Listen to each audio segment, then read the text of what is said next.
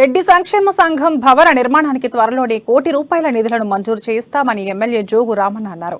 పట్టణంలోని new housing board కాలనీలోని రెడ్డి సంఘ భవన స్థలం వద్ద ఏర్పాటు చేసిన కార్యక్రమంలో ఆయన ముఖ్య అతిథిగా పాల్గొన్నారు.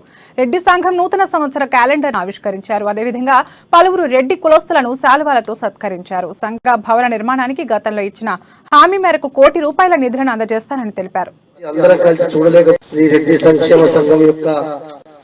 కేటాయించినటువంటి భూమిలోనే మరి మనం ఇచ్చినటువంటి 25 లక్షల రూపాయలు అయితే వ్యయం చేశారు, దాన్ని కూడా చూపించడానికి అవకాశం ఉంటుంది.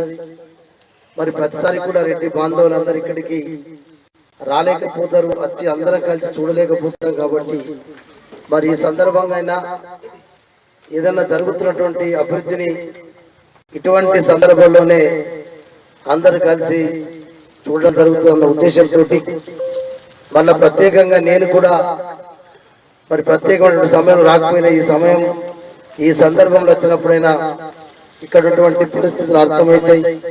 ఇక్కడ ఉన్నటువంటి పరిస్థితుల్ని కూడా నా దృష్టికి తీసుకుపోకుండా స్వయంగా మరి నేనే చూడడం కూడా జరుగుతూ ఉంది.